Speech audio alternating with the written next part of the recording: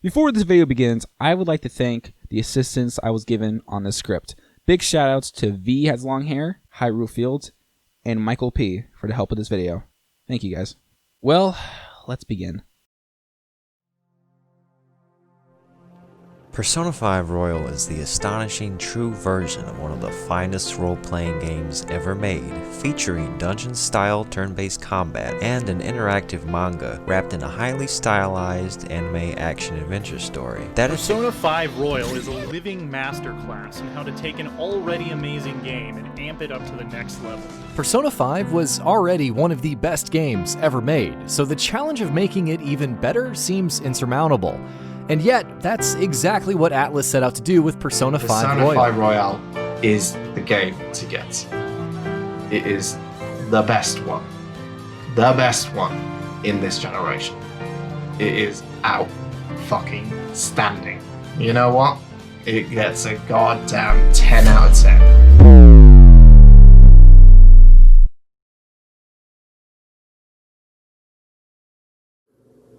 Persona 5 Royal is not a good game. Or is it? No, it's bad. It's bad. So hello everyone, welcome back to another wonderful Doomarachi video, I guess. You know, I want to talk about Persona 5 Royal and why it's not the best, as everyone seems to think it is. And you know, that seems to be a major problem, is that everyone is always clamoring around, talking about how great this game is, how perfect it is, how it's 10 out of 10, yet it's not. At least to me, it's really not. There's many issues with it at hand, and I just can't really fathom the idea that all these people just love this game so much. I just don't understand it. And like, hell, I used to be a fan of Persona 5. I really was. I mean, look, for Christ's sakes, I have a Joker t-shirt. I have a Morgana figure over here. I mean, I have a Joker right there. I drew art of Persona 5 quite a lot. And it's just, but the problem is that it just, everything went sour. And things just got worse and worse as I started realizing more and more facts about the game. And it's just, everything's just, there's just so much wrong with it. You see, people don't like hearing that their favorite thing is bad. So whenever someone tends to make a video about like, hey, I don't like this thing, it tends to get a lot of controversy behind it. So I don't know if I really should make a full-on video about it. I think it's have to resort my, I think I'm just going to sort out my problems in another way. So I think, for the first time ever in Doomarachi history, I'm going to see a therapist. Who would have saw that coming, huh? Everything's falling apart. Of course, I'm not going to go see any regular old run-of-the-mill therapist. I had to see the best therapist in the world that also has played Persona 5 for only... So I had to talk to someone about this game, so they really know how I feel. So that's exactly what I did. I traveled far and wide until I eventually reached a place. Bright sunny day, warm outside, I was feeling confident, and man, I was finally getting my troubles all sorted out. This place doesn't really look like a therapist's office. Regardless, time to go see if my problems can be sorted out. Hello, Dr. Tallpipe? Yes. I need your help. With? I have a condition.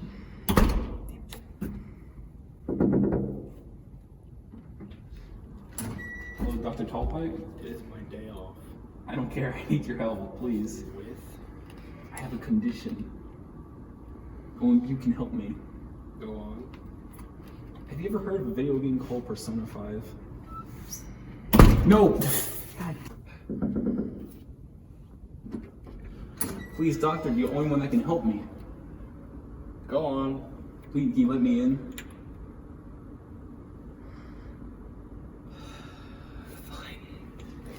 Pog.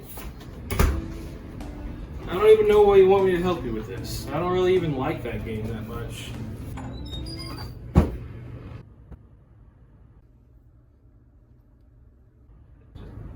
Don't. Don't go in there. Okay, Dr. Tallpipe, would you help me if I offered you a nice Taco Bell feast? And so, where would you say that all of this began? Well, the very first Persona 5 came out in 2017. And it was cool, wasn't it? And how did that make you feel? I was happy playing it. Right, and then where did the troubles begin? It started to begin when Persona 5 Royal was announced. Really? And when was that? That was sometime 2019. And I was like so excited and stuff, but like, you know, it's I started to realize that the game wasn't perfect, and then everything started falling apart from there. Because that wasn't perfect, that made you feel imperfect? You know, in a sort of way, I think so. I thought I was like the protagonist, you know, he was so epic and like a Chad, but maybe I'm not so epic and a Chad like I thought I was. So, you're not a Chad. Then what are you? I think this is soy boy cuck. And here's where the problems lie.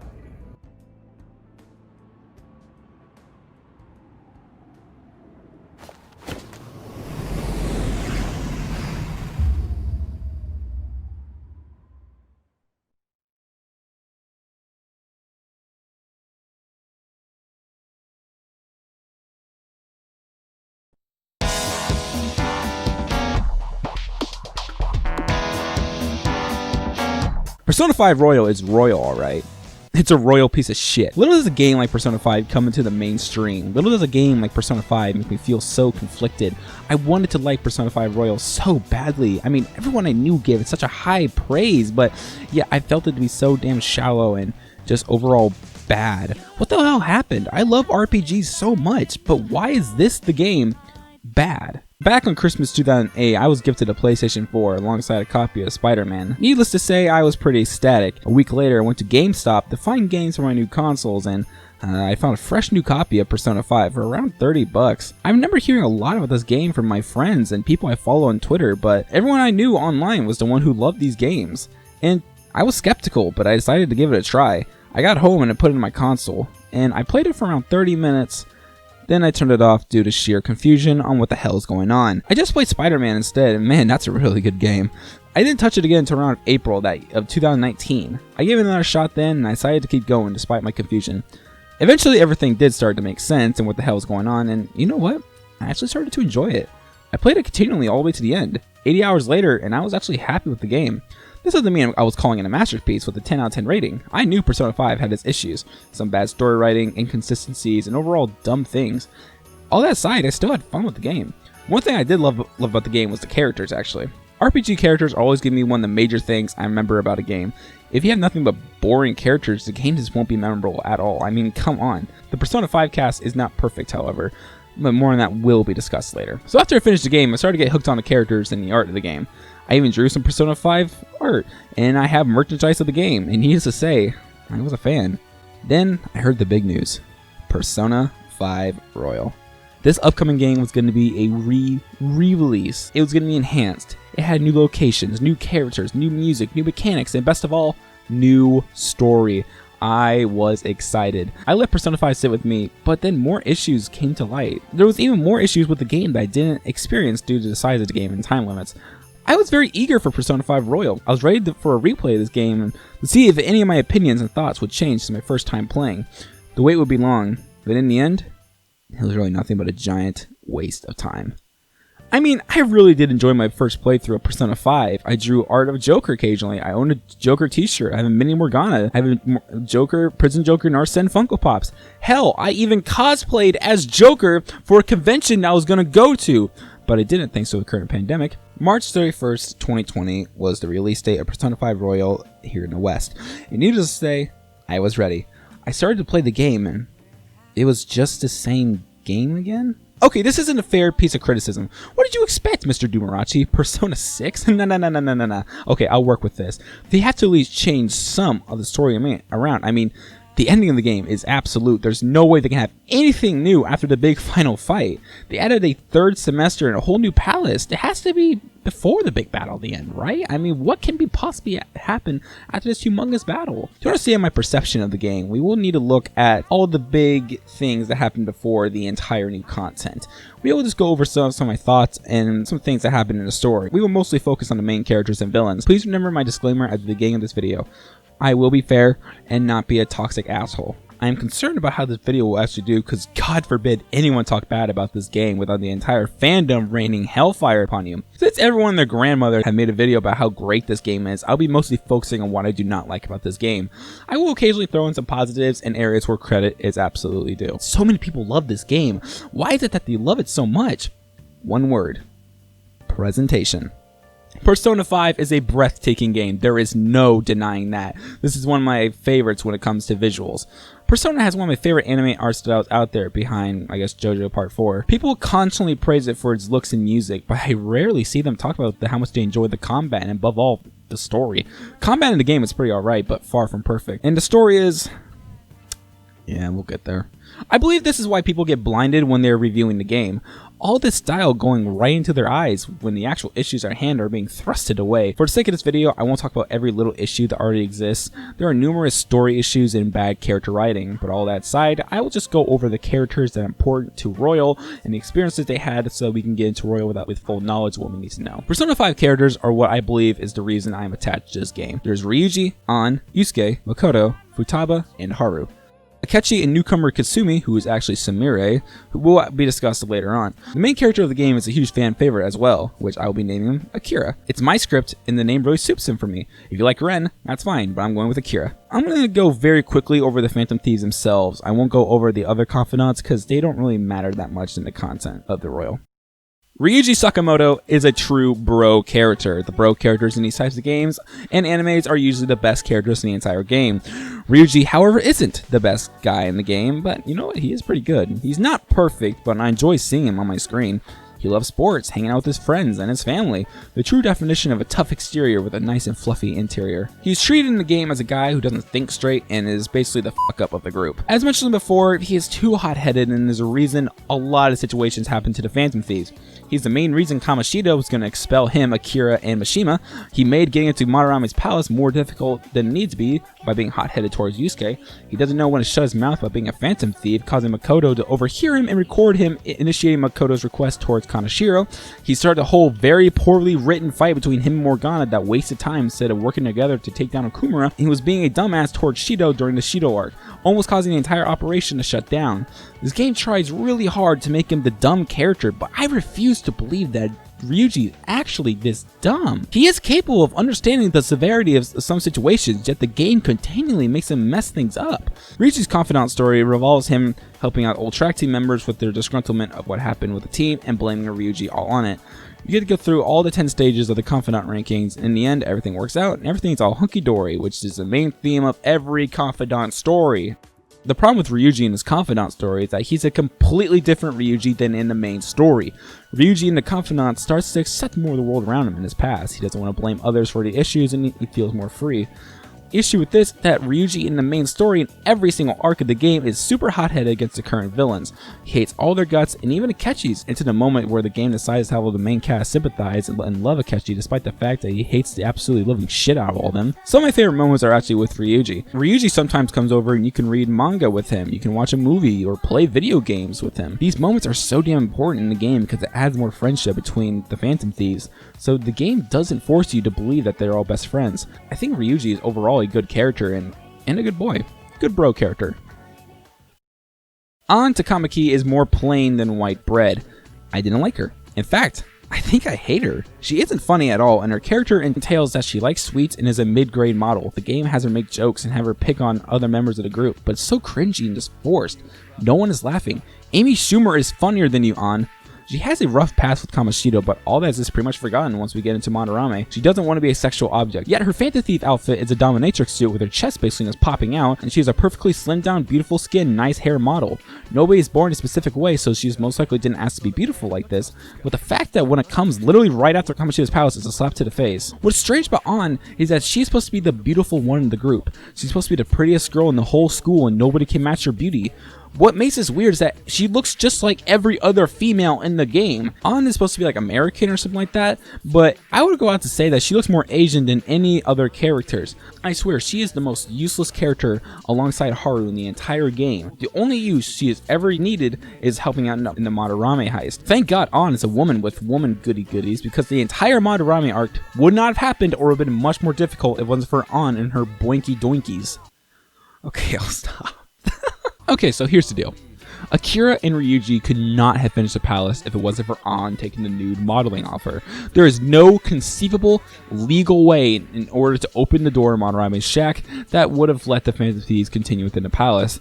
An is the only way they could have done it in that point in the game. Just more on that later, of course. She is seriously useless throughout the entire rest of the game. Everything that An does in the rest of the game could have been done by any other Phantom Thief character. The only other major time she tries to be useful is in the Shido Palace when she pretends to be a British royalty to get the letter of recommendation. Her acting could have been easily done by any other Phantom Thieves. Makoto, Haru, hell, even Futaba could have done it. But I guess according to the game, these girls are not nearly as beautiful as An or as talented as An. In short, she is legit the one character in the game that seems impossible to f up or derail, but Atlas always seems to find a way. So whatever, I'm being serious when I say that that white bread has more character than An.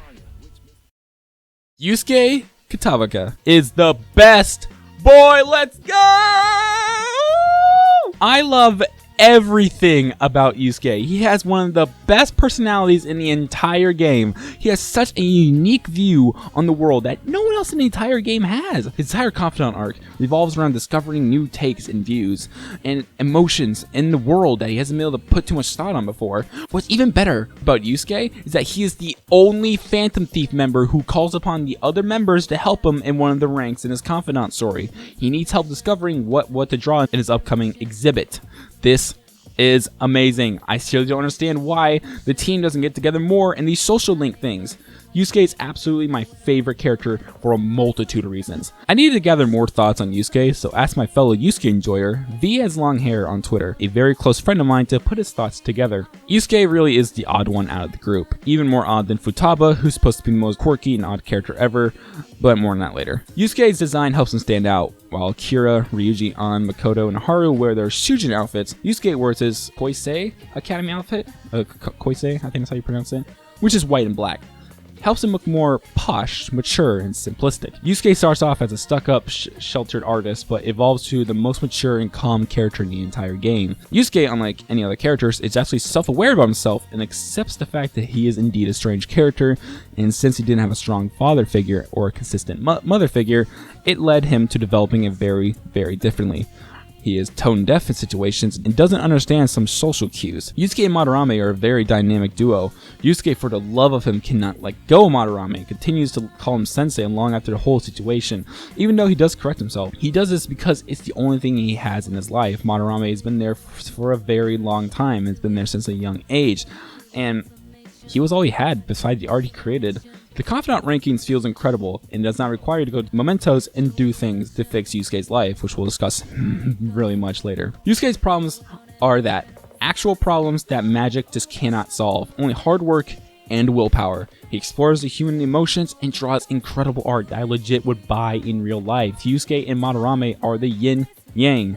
Madarame wants to do nothing but make money off of something super profitable. Yusuke cares so little about money that he accidentally starves himself because of his entire finances always go to his art supplies, because that's how passionate he is about it. Yusuke is such a good character that people wanted a romance option with him because of how incredible he is. I mean, he sure did steal my heart. What an incredible character. I wish I could say the same for the next person. Makoto Nijima, I have some very choice words for you. She forces herself upon the role of the brains of the group. She does all the planning, all the tactics, and basically everything a leader would do. Makoto is the leader of the Phantom Thieves. Except, wait a second, hold on.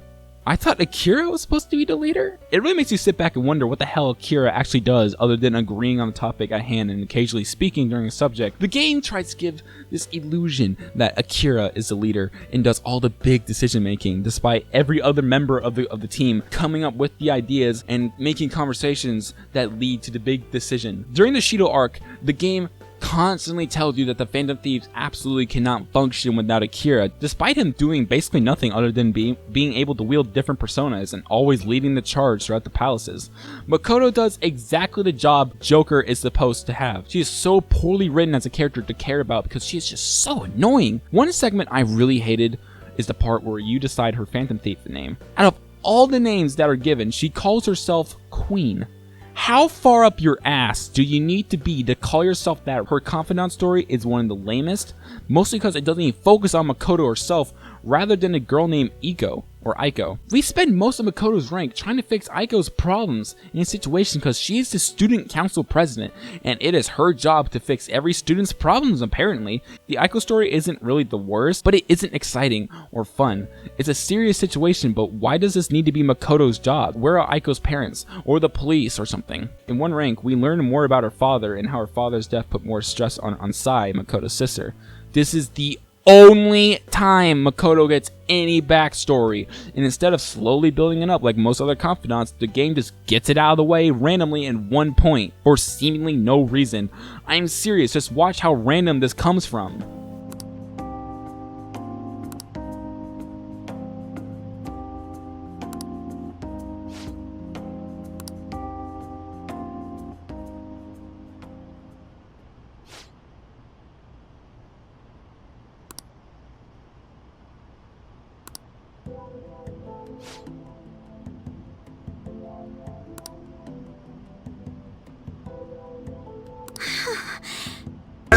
Vsauce, nigga here.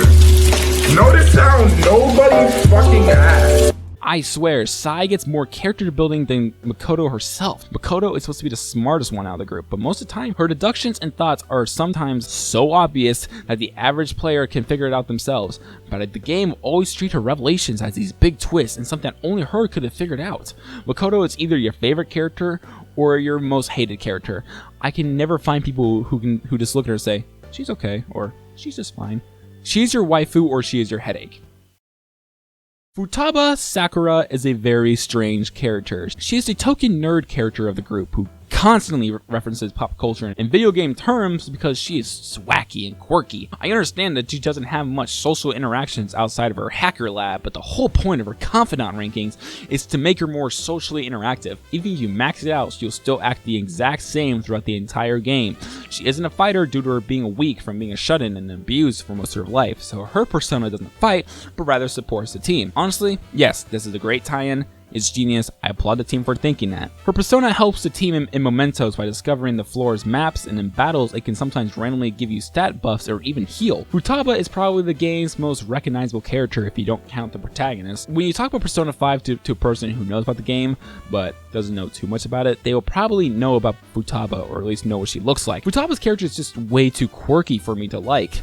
A lot of people like her, and I solely believe because of her epic gamer girl nature. Everyone loves a gamer girl. All these references make Futaba so strange because never in the game do we ever actively see her partake in this stuff. Yes, I know she's a shut-in, but that doesn't mean that whenever we hang out, she doesn't have Minecraft or 4chan open on her epic gamer rig in her room. This could just be a nitpick for me, but Futaba was an annoying little bug, and I did not want to deal with her. I hated her. Haru Okumura is the second most useless character in the game. She is introduced formally during the Okumura arc. One of my major problems with her is that she's introduced so late that the solid player base didn't even bother with her confidant rankings because they've already met so many other characters that they have to juggle around these confidant ranks already. Royal adds some extra time to the game, so she does get more screen time of course, as many people complained. Haru still comes way too late into the game, so it's a new confidant to juggle around. It doesn't mean her confidant story is a waste of time actually. It's actually not that bad. She doesn't really have a character. Like, what does she fight for? So like, she wanted to fix her dad so that he could be a better person that she believed he could be. But then her dad died, so she wanted to take revenge on Akechi and the big mean adults of the world, but then Akechi gets redeemed, I guess. So what does Haru really fight for it because it's just the right thing to do. Haru doesn't really do anything for the group. She helps out throughout Okumura's palace and is required for the one letter of recommendation on Shido's palace. So she has that over on at least. She's so quiet and reserved that sometimes I forget she even exists. She rarely adds anything to the conversation and is just there for the ride, it seems. I won't be making the haha no screen time or haha big forehead jokes because the Persona fandom has like 6 jokes in total. Haru is just so lame. Her voice is annoying. Her skills are not even that useful other than using her size skills. But by the time you get Haru, Joker should already have powerful size skills. The only reason Haru exists is that she is cute waifu bait for sad, alone, and pathetic gamers who have nothing to do than play with their virtual waifus. Sorry, not sorry. In Persona 5 Royal, there are 3 major characters we have to focus on in this game. The characters require the confidants to be maxed out to experience the new content. These characters are Sumire Yoshizawa, Goro Akechi, and everyone's favorite counselor, Dr. Maruki. Before we get to the new months after December, there's some important things we need to know beforehand. The game begins with us in Sai's palace trying to escape. Everything is normal until this moment right here. This introduces us to the grappling hook mechanic that is new. We get ambushed, but luckily we have help. A Persona user comes by and does cool things to help us. We enter a fight and finish it with style. We split up and everything goes on as it's supposed to. Later on, we meet this person again at a school activity. We did meet her earlier at a subway station. We befriend her and become very impressed by her gymnastic skills. And Akira and Morgana agree that she could help us train to become more agile in the metaverse. Let's talk about Sumire for a second. I really liked her. I think she's a great character, I'm not even gonna lie. I enjoyed being around her, and she was very useful in combat. I was very scared during the early parts of my first playthrough that Sumire and Dr. Maruki could be nothing but these half-assed, shoehorned in characters, but I was really pleasantly surprised how great they felt. Sumire's confidant ranking is introduced very late into the game, and I mean very late. Regardless, it's a pain in the ass to juggle around another confidant that you want to max out before the end of the game. Of course, when you first make your confidant, you have the first 5 ranks. After a certain big event, you do get the other 5 stars, and now you start working your way towards rank 10. Sumira's confidant rank revolves around the struggle of being faced with a block, and her choreography, and her gymnastics. She's been feeling this block for quite some time because she hasn't been able to feel like she has able to achieve more than her sister did. Her sister unfortunately passed away a long time ago, causing Sumire to go to a deep depression. Sometimes we get to hang out with Sumire just because the plot says so. We go to a cafe sometime in July, and Mr. Goro Akechi joins us. This is the first time these two meet. This is also where Sumire first talks about the Phantom Thieves and states her opinion on them. We find her good luck charm, and for some reason we need to give it back. She gives us a call and tells us that she can meet us there to have it back. Akira and Morgana agree and start heading over. Sumire starts getting depressed, thinking about herself. She thinks she is just so useless and causes too much trouble to Akira and even Dr. Maruki. While she is there, she overhears a couple's conversation on the structure. They say it's some kind of research lab. Sumire then says to herself that it isn't a research lab, but a stadium. But somehow the meta-nav on her phone was listening on keywords, so now we go to the metaverse. So, wait a second. We just entered someone's palace. Who could it have possibly been? Let's rewind and see who it was.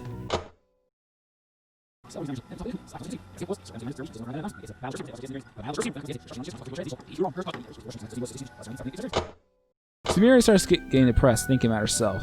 She thinks she is just so useless and causes too much trouble to Akira and even Dr. Maruki. While she is there, she overhears a couple's conversation on the structure. They say it's some kind of research lab. Sumire then says to herself that it isn't a research lab, but a stadium. Ah. Yes, I see. I sure do f***ing wonder who could be the palace ruler. We explore the palace for a little bit and find Sumire. She runs to a cognitive version of her dead twin sister and starts to freak out. Run over to her and she's about to be attacked by a shadow. Voices appear and makes Sumire starts to get angry. She's hulking out, bro. Then comes a cutscene of her waking up to her persona. We fight the shadow and escape the palace. We leave the palace and discuss what just happened. Sumire puts 2 and 2 together and figures out that we are indeed members of the Phantom Thieves. Morgana offers an invitation to the group, but she declines in favor of her gymnastics. We clearly enter the palace and Morgana wants to know who it is. Sumire looks at her phone and discovers that it's dead. Guess it'll just be a mystery. It's not like she can just charge it. Look at the meta-nav's history. But I guess it'd be too much work and it would spoil all the fun in January, I guess, so whatever. Sumire is actually really, really good, and I will admit that she is probably one of the best girls in the entire game. She has a great personality, she's never annoying, and it's actually quite useful in the last palace of the game. Last up, we have to talk about Goro Akechi, for his confidant has been overhauled this time around. In the base game Persona 5, Goro Akechi was one of the confidants that just gets automatically raised over time throughout the story. This time around, it's up to you to hang out with them. This is a much more efficient way of learning more about Akechi than before. Akechi's confidant is honestly the way I would like confidants to be in this game. Instead of just helping through some very serious life issues, you and Akechi just have bro time. This confidant ranking, however, has a weird way of being ranked, however. At rank 8, Akechi asks you to come to Mementos with him, but he has something in mind. He requests a duel with you and you enter a battle with him. When you win, Akechi finally snaps and say how much he hates you. He hates how much you are just better than him. Akechi then gives Kira his glove, requesting for him to hold on to it and request a duel another day when he wishes. You cannot hang out with Akechi or raise his rank anymore to the big scene at Shido's palace. It'll then be automatically raised to 9 and then 10. Weird, but whatever, I don't care anymore. People refer to Akechi as a wasted asset before Royal, and of course after Royal, everyone claims that he is better in this game. However, Akechi is still the psychotic serial-killing murderer that the game pushes so hard to make you sympathize with, so I'm still not really convinced. Throughout the entire game, everyone hates Akechi, doesn't want anything to do with Akechi, then the moment that we defeat him in battle, we're just like, oh hey, you can totally join a team, we love you. Like, no, get out of here with that. I've been saving this one for last, because never have I seen a character so terrible. That's right, Morgana has no character whatsoever. The only character that he does have is that he has no idea what the he's talking about. Everything he explains to the cast eventually becomes inconsistent. He also has to fight with Ryuji throughout the entire game, it seems, and he teases him about his education, his strength, and mental abilities. But the one moment Ryuji decides to fight back, he throws a pissy fit and leaves the party. He likes to help navigate in Kamoshida's palace and Madarami's palace a little bit, but after Makoto joins the party, he pretty much just gives up on that, I guess. He pretty much just gives up on that and giving that role to our totally not leader Makoto. It gets worse when Futaba legit becomes the navigator. So he's only useful as a goddamn healing tank. But okay, fine, I will say it. The go to sleep shit is so annoying as hell. Why does Morgana think he's in control of our life? Can we not think or do things completely on our own? Like, yeah, don't stay all the way up to 4 a.m. on a school night. Morgana won't let us go outside because we gotta rest up for literally no reason. Royal does fix this issue a lot, with the game allowing you to do things within LeBlanc basically every day. But most time, you can't leave LeBlanc because you must be too tired. How am I too tired to go outside, but not tired enough to go do homework, clean a cafe, play video games, or even train? Fuck you, Morgana. Can you believe that I'm not even done yet? He loves An. He loves An so much that he simps for her at every chance he gets. It bothers me that nobody ever calls out Morgana on his love for An. He constantly calls her Lady An, and nobody thinks that's creepy? That girl's name is An Takamaki, right? Lady An. This is a bit tight in the chest. Did they get bigger again? Huh? Speak up, Panther! That sounds like vital information. Lady An! Spiracucci? Spiracucci, Lady An? An is experienced with being lusted over, but how does she never tell Morgana to cut it out or let him down easy? It's so damn weird and cringy! He also loves to constantly regurgitate information that's already been thrown at the player. For instance, at Madarami's palace, you can hear the thoughts of Madarami and hear how corrupted he really is. Morgana will go well out of his way to explain what was just told to us. It's black and white. He makes it... Oh my god. Morgana isn't the only one guilty of doing this, but he does it the most. He constantly needs to remind us and tell us information that we already know. It's so goddamn unnecessary. Does Atlas think that their players are fucking retarded? I mean, they must if they think they're gonna charge this much on useless DLC, but that's for another time. Morgana loves sushi. That's something, right? That's a character trait, isn't it? It's a personality. He can turn into a van in the metaverse. That's useful. Vroom vroom, I guess. He has the best healing moves for battles. That's useful. What else can he do? He can... Yeah. I don't understand why we even bother with Morgana in our party. He is literally no use to us. Yes, he can turn to a card in Metaverse. That's extremely useful. Other than that, we have no reason to keep him around. He is a garbage friend. His only reason for going to the Metaverse is to uncover who he truly is, which doesn't even concern the main cast, to be honest. I hate this little bastard. Morgana is the character in Persona games that only exists for the protagonist. The other two I like to point out are Aigis from Persona 3 and Teddy from Persona 4. These are the standout characters that will do everything they can to help mainly the protagonist and the team they are leading. The problem with Morgana is that Aigis and Teddy have actual fucking character. Aigis is just a robot who obeys orders, but she has a very strong affinity towards the protagonist of Persona 3. Let's just call him Minato for a second, because why not? What else should I call him? Dorkun? Aigis does strange things during the game, only due to her not really having any social skills. She loves Minato a lot. She would even break into his dorm when he's sleeping to make sure he's doing okay. She is very polite and can even translate dogs. She warns Minato and the C's team of threats she is unsure of. Aigis wants to be like the team, more human-like. Of course, I won't spoil Persona 3, but she really only gets better from there. Teddy is also a very interesting character because he isn't even remotely human at all. He is very naive and pure of heart. Like Aigis, he doesn't fully understand social customs as well. But also like Aigis, he appreciates the protagonist, whom we shall call Chad Narukami, because I have to make that shit jokes at least once, right? Teddy is scared of the shadows at the beginning of Persona 4, but as the game evolves, he becomes more confident and strong. What makes Teddy great is that he isn't just a cute, fluffy, naive bear. He also has a lot of feelings too. He can be depressed as well, and he's very confused on life. Teddy has a lot of character behind him. What the fuck does Morgana have? He's a stuck-up, know-it-all, little bitch baby who can't handle the heat despite being in the kitchen. He wants to be the cool hero that everyone looks up to, but he gets constantly angry at his teammate and simps for a girl who doesn't even have a goddamn character! Morgana is an absolute train wreck of a character, and I never want to see this little monster cat again after this video. Okay. I have to calm down. What about the protagonist himself? Do I have anything wrong with him? Kind of. Here's the thing about him. He's supposed to be a silent protagonist. Despite that, he still talks during battles and sometimes will say a word or two throughout the game. Did you know that there is over 7 minutes of dialogue recorded from him? Holy hell, why did they record all these lines when like 90% of them cannot even be heard in the game?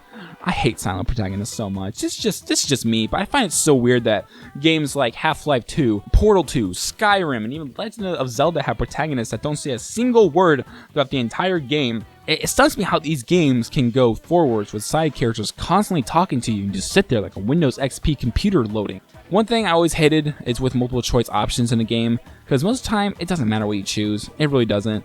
The game will still be the same no matter what. That doesn't mean it has to be like Telltale games where everything you say will matter in the end. I just don't understand why you have to choose to say something when everything will still go on the same. Like, it's the illusion of freedom of choice. You can be the nicest guy to your friends, or you can be the meanest piece of shit to all of them, but they will still stick by your side and consider you to be the greatest guy on the entire planet. It's just so very unnatural, but whatever. Overall, I like the Phantom Thieves, but when you start to pick them apart, oh my god, there's so many bad things. Compared to the C's team and the investigation team, Phantom Thieves kinda suck. I really like characters like Yusuke and Ryuji, but the other team members from Persona 3 and 4 are just so much better though. Junpei Iori? Yes please. Friendship over with Ryuji, now Junpei is my best friend. Chi and Kanji, I need that. Rize? Okay, maybe not. I'm good without her. We have plenty more stuff to talk about, but people don't like how long I make these videos, so I decided that these videos will be released in parts. I have a lot more to say, so please join me in part 2 very soon. We will discuss the villains, major story elements, and certain things that will make this game just not fun to sit through. I hope to see you all there. Thank you so much for watching this video. Be sure to like and subscribe. If you don't want to, that's okay, I guess. But please do watch part 2. You will like it. Or if not, then that sucks. But please continue listening to me ramble about this game. See you guys then. So long.